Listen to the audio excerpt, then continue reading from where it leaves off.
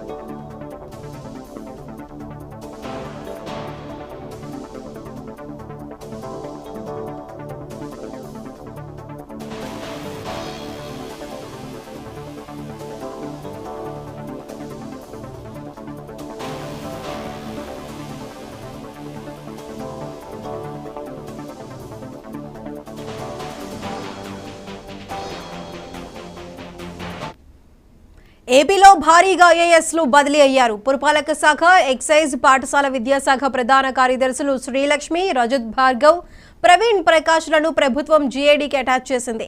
జలవనరుల శాఖ ప్రత్యేక ప్రధాన కార్యదర్శిగా సాయి ప్రసాద్, పంచాయతీరాజ్ గ్రామీణాభివృద్ధి శాఖ ముఖ్య కార్యదర్శిగా శశిభూషణ్ కుమార్లను నియమించింది. అయితే ఈ బదిలీలకు సంబంధించి మరింత సమాచారం మా ప్రతినిధి రాఘవేంద్ర అందిస్తారు. రాఘవేంద్ర, చెప్పండి. ఏపీలో కొత్త ప్రభుత్వం ఏదైతే ఛార్జీ తీసుకున్న అందరూ ఒక పక్కన దీనికి సంబంధించి పూర్తి స్థాయిలో ఇప్పటికే ఒక పక్కన మంత్రులు కూడా ప్రమాణ స్వీకారం చేయడం జరిగింది. ఒక పక్కన ముఖ్యమంత్రితో పాటు పూర్తి స్థాయిలో కూడా మంత్రులు కూడా ఒకరొకరు కూడా ఛార్జీ తీసుకుంటున్న పరిస్థితి ఉంది. ఇప్పటికే ఛార్జ్ తీసుకున్న వారు కూడా పూర్తి స్థాయిలో కూడా రాష్ట్ర అభివృద్ధి పట్ల ఒక పక్కన అధికారులు అయితేనేమి, అదేవిధంగా మంత్రులు కూడా చాలా కీలకంగా వ్యవహరించాలనేసి ముఖ్యమంత్రి చంద్రబాబు నాయుడు కూడా చెప్పడం జరిగింది. ఈ నేపథ్యంలో రాష్ట్రంలో భారీగా కూడా బదిలీలు చోటు చేసుకున్నాయనేసి కూడా చెప్పవచ్చు. ముఖ్యంగా చూసుకుంటా ఉంటే 19 మందిని హెచ్ఓడీలు కూడా బదిలీ చేసినట్టు కూడా తెలుస్తుంది. దీనికి సంబంధించి పూర్తి స్థాయిలో కూడా ఒక పక్కన వచ్చేసేసి ఈ ఏదైతే ప్రిన్సిపల్ సెక్రటరీగా, స్పెషల్ చీఫ్ సెక్రటరీగా ఉన్న శ్రీలక్ష్మిని వచ్చేసి, అదే విధంగా రజత్ భార్గవ్ అయితేనేమి, తర్వాత వచ్చేసి రాజశేఖర్ అయితేనేమి, శశి ప్రసాద్, సాయి ప్రసాద్, అదేవిధంగా శశిభూషణ్ కుమార్లు అయితే జిఏడికి సాయి ప్రసాద్ ని వీళ్ళు అయితే జిఏడికి రిపోర్ట్ చేయమని కూడా ఆదేశాలు అయితే జారీ చేశారు. దీనికి సంబంధించి ఇంకా చూసుకుంటా ఉంటే శశిభూషణ్ అయితే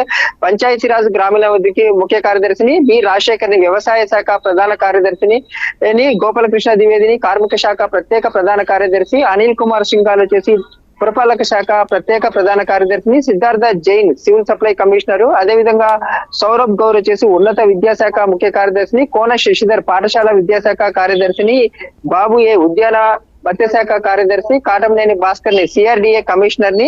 ముఖ్యంగా చూసుకుంటామంటే ఈ సిఆర్డిఏకి సంబంధించి ఏదైతే మంత్రి పురపాలక శాఖ మంత్రిగా నారాయణ ప్రమాణ స్వీకారం చేసిన తర్వాత ఒక రకంగా వెంటనే కూడా ఛార్జ్ కూడా తీసుకున్నాడు. ఛార్జ్ తీసుకున్న అనంతరం ఏదైతే సిఆర్డిఏ అధికారులతోటి, పురపాలక అధికారులతోటి కూడా పూర్తి స్థాయిలో కూడా ఒక పక్కన రివ్యూ కూడా నిర్వహించారు. ఈ నేపథ్యంలోనే చాలా వరకు వేగవంతంగా కూడా పనులు చేయమని ఆదేశాలు ఇచ్చారు. ఈ నేపథ్యంలోనే ఒక పక్కన సిఆర్డిఏ కమిషనర్ ని కాటంనేని భాస్కర్ ని కూడా నియమించినట్లు తెలుస్తుంది. ఈ చంద్రబాబుకు వచ్చేసి సీఎం సెక్రటరీగా వచ్చేసి ప్రద్యుమ్నని కూడా నియమించారు. అదేవిధంగా ఎం జానకిని ఆర్థిక శాఖ వ్యవసాయ కార్యదర్శిని, అదే నాయక్ వచ్చేసి పశుసంవర్ధక శాఖ కార్యదర్శిని, ప్రవీణ్ కుమార్ గనుల శాఖ డైరెక్టర్ గా, ఏపీఎండిసికి సంబంధించి ఈ గాను పూర్తి అదనపు బాధ్యతలు కూడా ఇవ్వడం జరిగింది. తిరుపతి కలెక్టర్ గా కూడా జిల్లా జేసీకి పూర్తి అదనపు బాధ్యతలు కూడా ఇవ్వడం జరిగింది. మొత్తంగా చూసుకుంటా ఉంటే ఏదైతే టీడీపీ కూటమి ప్రభుత్వము అధికారం చేపట్టిన తర్వాత ఒక పక్కన ప్రమాణ స్వీకారాలు అయితే తినేమి, తర్వాత పదవి బాధ్యతలు చేపట్టిన తర్వాత కూడా ఎప్పటికప్పుడు కూడా ముఖ్యమంత్రి చంద్రబాబు నాయుడు తన క్యాంపు కార్యాలయంలో, అదే విధంగా చూసుకుంటా ఉంటే ఏపీ సచివాలయంలో పూర్తి స్థాయిలో కూడా అందుబాటులో ఉన్న మంత్రులతోటి, అదే విధంగా కూడా అధికారులతోటి, హెచ్ఓడీలతోటి కూడా పూర్తి స్థాయిలో కూడా రివ్యూలు అయితే నిర్వహిస్తున్న పరిస్థితి అయితే తెలుస్తుంది. వీరిలో చూసుకుంటా ఉంటే ముఖ్యంగా కూడా ఎక్కడైతే అభివృద్ధికి సంబంధించి పూర్తి స్థాయిలో పనిచేసే వారికి, దీనికి సంబంధించి చిత్తశుద్ధితో పనిచేసే వారికి కూడా కీలక శాఖలకి సంబంధించి హెచ్ఓడీలుగా నియమించడం జరిగింది. అదే గత ప్రభుత్వ హయాంలో ఏదైతే వైసీపీ నేతల కనుసరణలో పనిచేసిన వారిని పూర్తి స్థాయిలో కూడా జిఆర్డీఏలో కి కూడా అటాచ్ చేయడం జరిగింది. ఈ నేపథ్యంలో పూర్తి స్థాయిలో కూడా రాష్ట్రానికి సంబంధించి ఒక పక్కన మంత్రులు, మరో పక్కన అధికారులు ఇద్దరు కూడా కోఆర్డినేషన్ తోటి ఏదైతే పనిచేస్తేనే రాష్ట్రం ముందుకెళ్తుంది, అభివృద్ధికి కూడా ముందుకెళ్లే పరిస్థితి ఉంది అనేసి కూడా చెప్తున్నారు. ఈ నేపథ్యంలోనే ఈ భారీగా కూడా ట్రాన్స్ఫర్లు కూడా జరిగాయి అనేసి కూడా తెలుస్తుంది. ఇప్పటికైతే ఐఏఎస్ ల ట్రాన్స్ఫర్లు జరిగాయి. రానున్న రేపు ఎల్లుండిలో కూడా ఒక పక్కన ఐపీఎస్ ట్రాన్స్ఫర్లు కూడా భారీగా జరిగే అవకాశం కూడా కనిపిస్తుంది.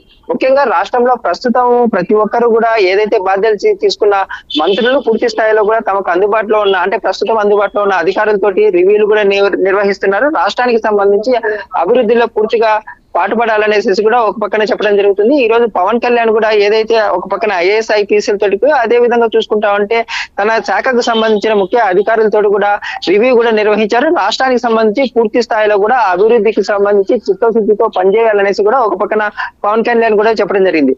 ఈ నేపథ్యంలోనే పూర్తి స్థాయిలో కూడా ఏదైతే రాష్ట్ర విభజన తర్వాత అమరావతి రాజధానిగా ప్రకటించిన తర్వాత దీనికి సంబంధించి ఈ పూర్తి స్థాయిలో కూడా పనులైతే అప్పటి కూటమి ప్రభుత్వం ప్రారంభించింది. కాకపోతే వైసీపీ ప్రభుత్వం వచ్చిన తర్వాత రాజధాని పరిస్థితిని పూర్తి స్థాయిలో కూడా ఎక్కడా కూడా ఒక్క అడుగు కూడా ముందుకు పోకుండా చేసిన నేపథ్యంలో 3 రాజధానులు ప్రకటించిన తర్వాత అమరావతి పరిస్థితి రోజు రోజుకి మొత్తం వచ్చేసేసి డిజాస్టర్ గా చేస్తున్న పరిస్థితి. అదే విధంగా దీనికి సంబంధించి రేపు ముఖ్యమంత్రి చంద్రబాబు నాయుడు కూడా ప్రజావేదిక, అంటే తన ఇంటి పక్కన ఉన్న ప్రజావేదిక వద్ద నుంచి పూర్తి స్థాయిలో కూడా రేపు ఉదయం 11 గంటల నుంచి సాయంత్రం 6 గంటల వరకు కూడా రాజధాని ప్రాంతంలో కూడా పర్యటించనున్నారు. Sai Sudha. Right Raghavendra, thank you.